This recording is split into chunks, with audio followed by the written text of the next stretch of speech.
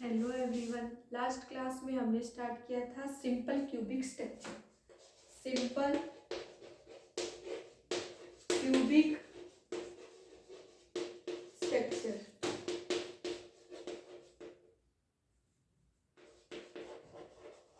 उसके अंदर हमने देखे थे कि डिफरेंट टाइप के क्यूबिक स्ट्रक्चर होते हैं। फर्स्ट हमने देखा था क्यूबिक या सिंपल क्यूबिक, जिसको लिखते हैं SC से डिनोट करते हैं। सेकंड कौन सा होगा? Body centre. बॉडी सेंटर जिसको किससे डिनोट करते हैं? BCC से।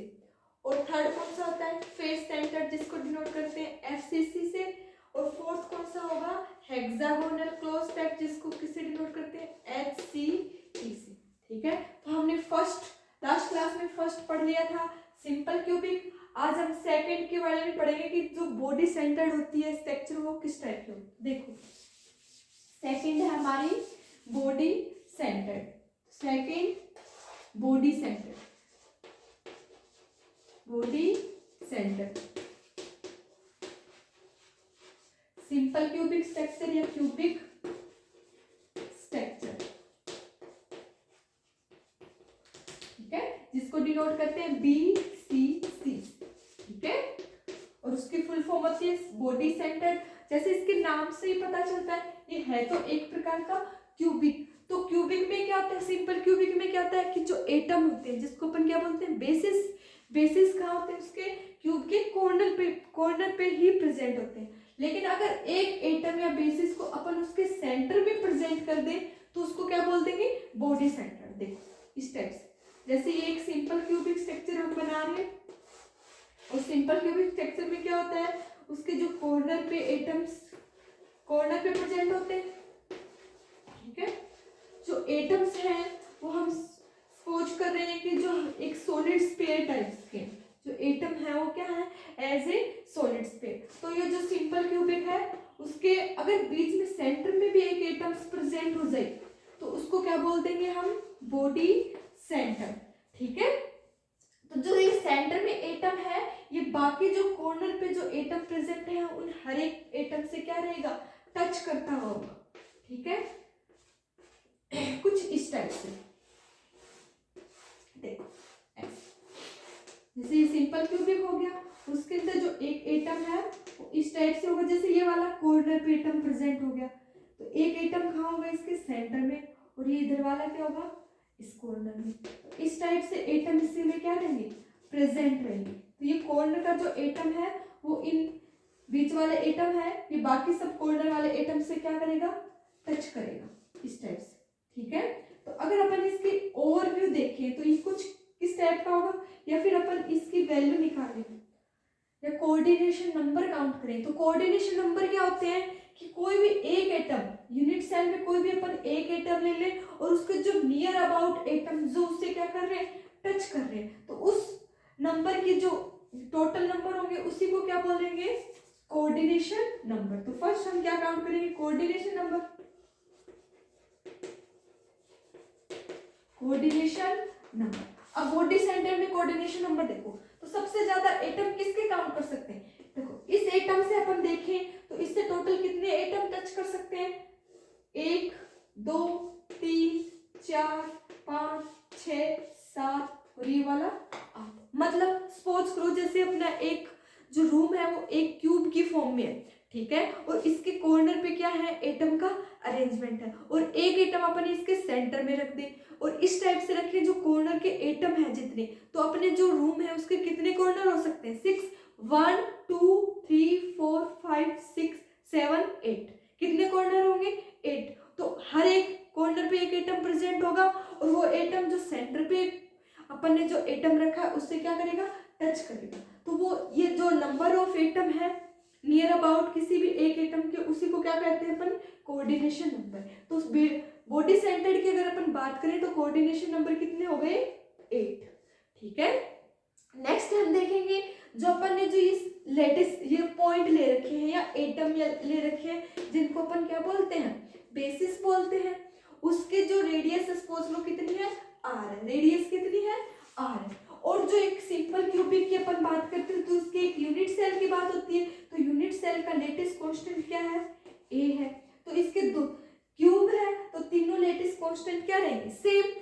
बराबर बी इज इक्वल टू सी, तीनों क्या होंगे, सेम होंगे। ठीक है, तो अपने को देखना है कि जो रेडियस आर और जो लेटिस कांस्टेंट ए है उसके बीच में क्या रिलेशन होता है। तो सेकंड हम देखेंगे कि what is the relation between a and r, lattice constant and radius. ठीक है, और वही अपने को सेकंड पॉइंट काम करना है, क्या होता है वो, लैटिस कांस्टेंट, लैटिस कांस्टेंट। अब देखो कि लैटिस कांस्टेंट इसका कितना होगा। देखो सबसे पहले अपन इसके नंबरिंग करते हैं या इसकी नेमिंग करते हैं, A B C D E F G और एच। ठीक है, ये क्या हो गई, इसकी नामों नंबरिंग नेमिंग कर दी अपन ने इसकी। ठीक है, अब अपने को क्या निकालना है, ये रिलेशन निकालना है। तो अपने को पता है कि AC इज इक्वल टू क्या होगा, जो ये वाली AG है वो क्या होगी, ये होती है वेक्टर सम से देखें तो AE प्लस EG, और AE क्या होगी, ये वाली होती है, तो AE क्या होगी, AB प्लस BE, तो AE क्या होगी, AB प्लस BE और प्लस EG, और ये टोटल क्या आ गई, AG। अब AG देखो कितनी है, ये एक एटम है, देखो इस टाइप से,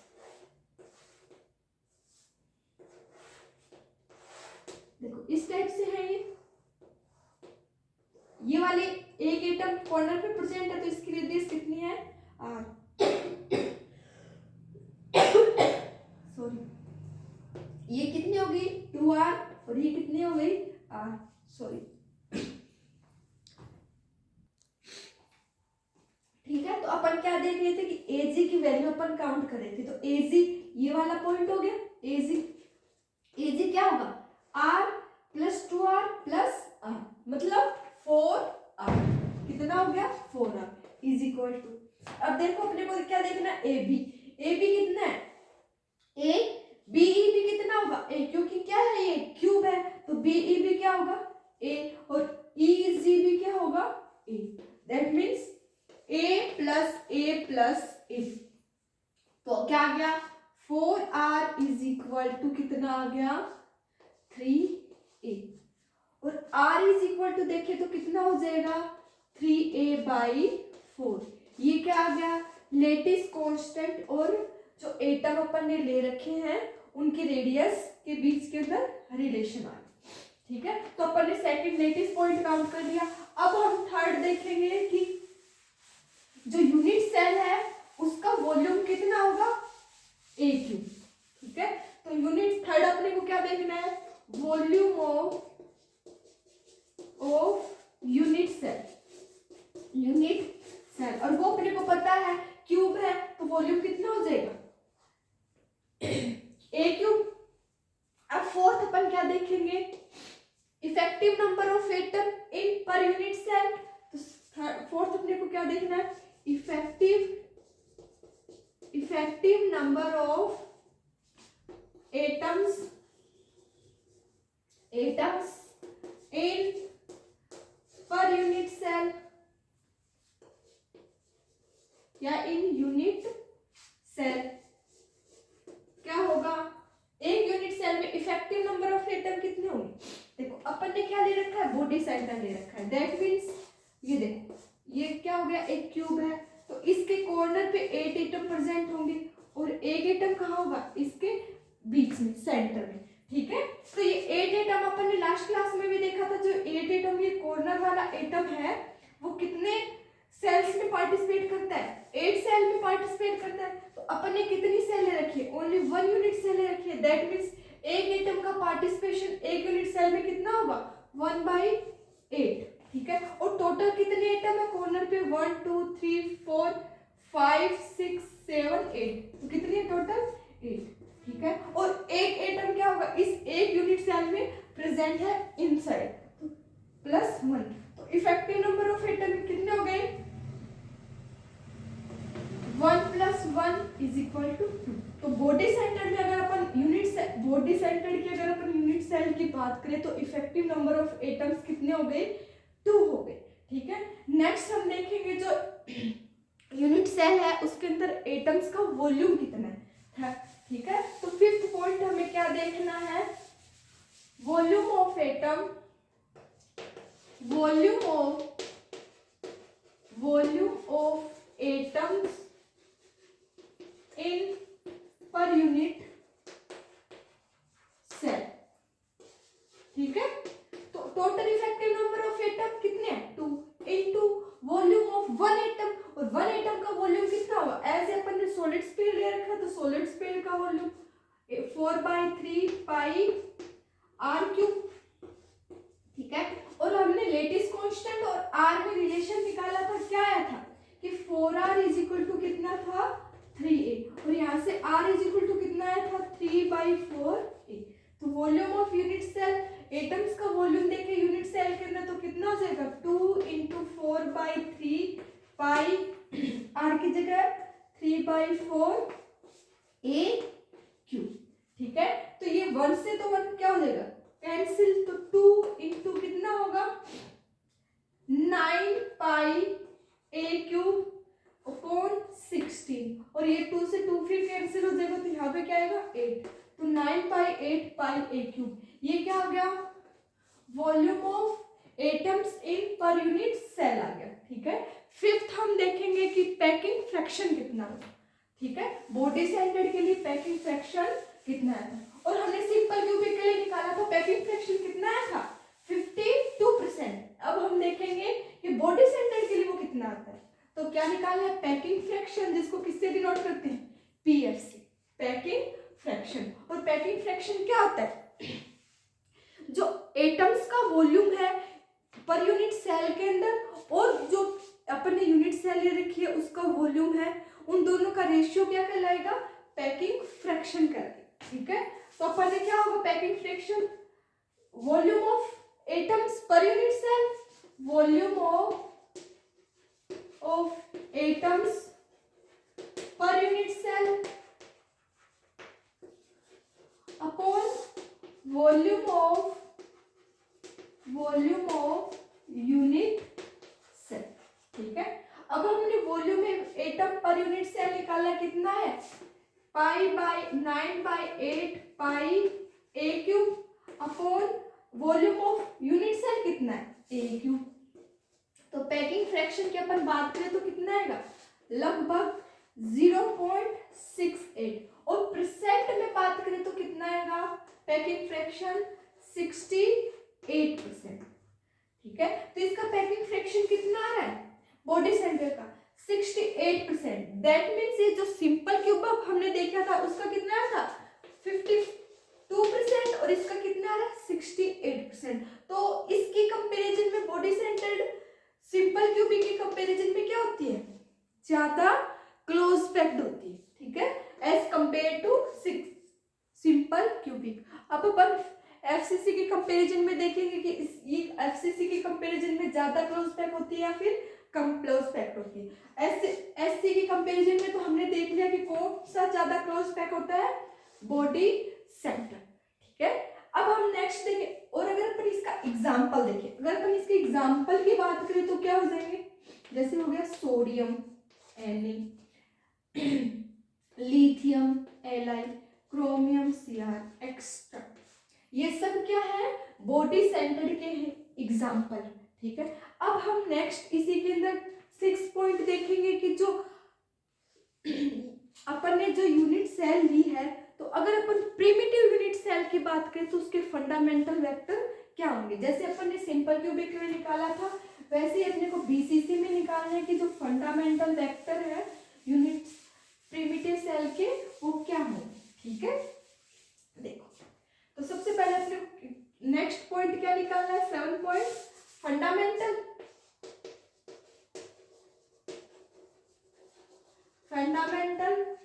वेक्टर ऑफ प्रिमिटिव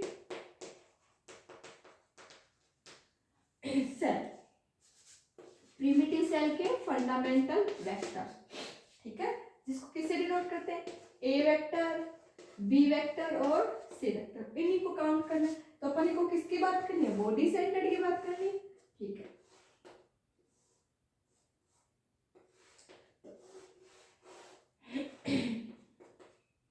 ये क्या हो गया, एक क्यूब हो गया और इसके सेंटर में एक क्या होगा, एटम प्रेजेंट होंगे, बाकी एटम कहाँ होंगे, इसके कॉर्नर पे प्रेजेंट होंगे। ये अपन ने पीछे स्टडी कर लिया, ठीक है। अब अपने को इसके यूनिट वेक्टर की बात करनी है, तो प्रिमिटिव यूनिट सेल की बात करनी है। तो प्रिमिटिव यूनिट सेल की अगर अपन बात करें तो वो यूनिट सेल होते हैं जिसके अंदर इफेक्टिव नंबर ऑफ एटम क्या हो, 1 हो। अगर अपन इस प्रिमिट यूनिट सेल की बात करें तो इसके अंदर इफेक्टिव नंबर ऑफ एटम कितने आ रहे, 2।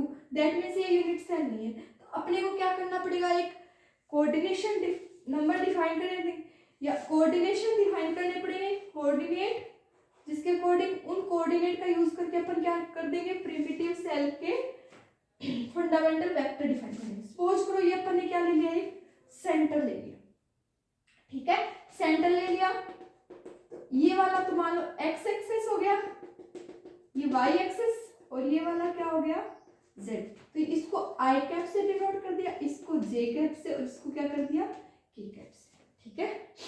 अगर इसकी नेमिंग करें तो A B C D E F G H. तो अगर अपन इसकी प्रिमिटिव सेल की बात करें तो उसके लैटिस पॉइंट ए क्या होगा, जो ये वाला है ओ सी, वो किसको डिफाइन करेगा, ए वेक्टर को, ठीक है। ये वाला है ओ एफ, वो किसको डिफाइन करेगा, बी वेक्टर को, ठीक है। और ये वाला है ओ ए, जो किसको डिफाइन करेगा, सी वेक्टर को, ओ ए, ठीक है। अब हम वेक्टर की वैल्यू निकालते हैं, ठीक है। अपने को पता है ये क्या है, क्यूब है, तो इनके सबके लेटिस कांस्टेंट क्या होंगे, सेम ए, ठीक है। अब मान लो इसके सेंटर पे अपन एक परपेंडिकुलर ड्रॉ कर रहे हैं, सपोज करो वो क्या है, पी है। अपने को सबसे पहले क्या निकालना है, ओ सी निकालना है। ओ सी निकालने के लिए अपन ने क्या किया, जो ओ अपन ने सेंटर माना, वहां से जो सामने वाला फेज है सी जी एच डी के ऊपर क्या माना है, परपेंडिकुलर ड्रॉ किया है, क्या है वो, पी है, ठीक है। अब पी से इसकी जो लेफ्ट साइड है सी डी पे परपेंडिकुलर आएंगे हम, ये पी, ये सपोज करो कौन सा पॉइंट हो गया, ए डैश मान, क्या मान लिया, ए डैश, या फिर इस ये हो गया ओ डैश, ए डैश मान लिया इसको, ठीक है।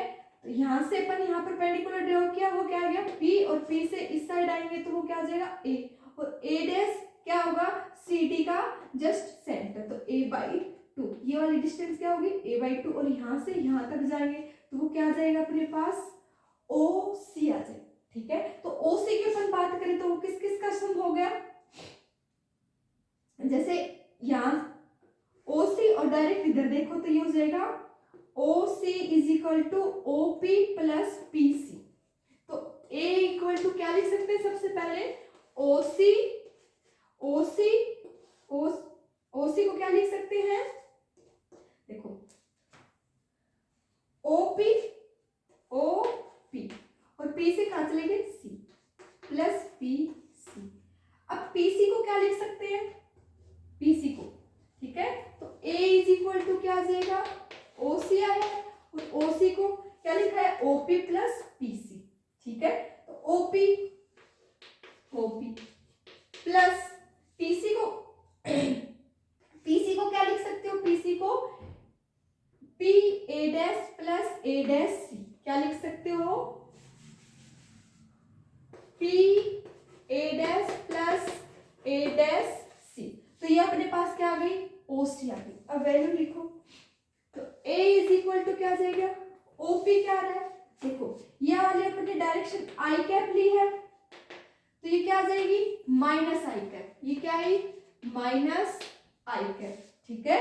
ये वाली डायरेक्शन अपन ने आई कैप ली है, तो ये वाली क्या आएगी, माइनस आई कैप, और डिस्टेंस कितनी है, हाफ, तो a बाई 2, ठीक है, ये वाली आ गई। अब ये वाली डिस्टेंस देखिए तो कौन सी डायरेक्शन में, के कैप डायरेक्शन में, और हाफ तो प्लस के कैप ए बाई 2, ठीक है। और ये वाली डिस्टेंस देखें तो कौन सी डायरेक्शन, ये कौन सी डायरेक्शन है, J cap direction, that means plus J cap, और डिस्टेंस कितनी है, हाफ, ठीक है। तो इनको सबको एक साथ लिखिए तो क्या होगा, ए वेक्टर कितना आ गया, a/2 मैंने कॉमन ले लिया तो ये क्या बन रहा है, माइनस आई कैप प्लस जे कैप और प्लस, ठीक है, ये क्या आ गया, एक फंडामेंटल वेक्टर आ गया ए वेक्टर, ओसी वाला।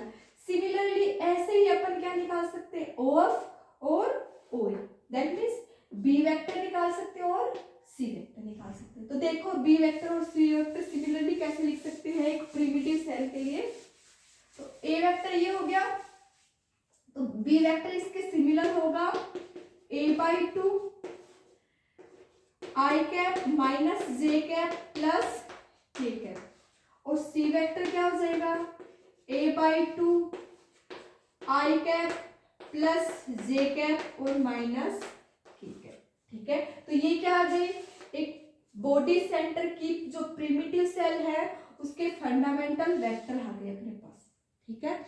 और 8th पॉइंट अपन क्या डिफाइन करेंगे, जो अपन की जो प्रिमिटिव सेल है उसका वॉल्यूम कितना होगा, क्या होगा next, volume of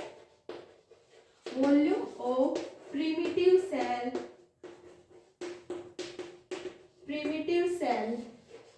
is equal to, कितना होता है वॉल्यूम ऑफ प्रिमिटिव सेल, उसके वेक्टर की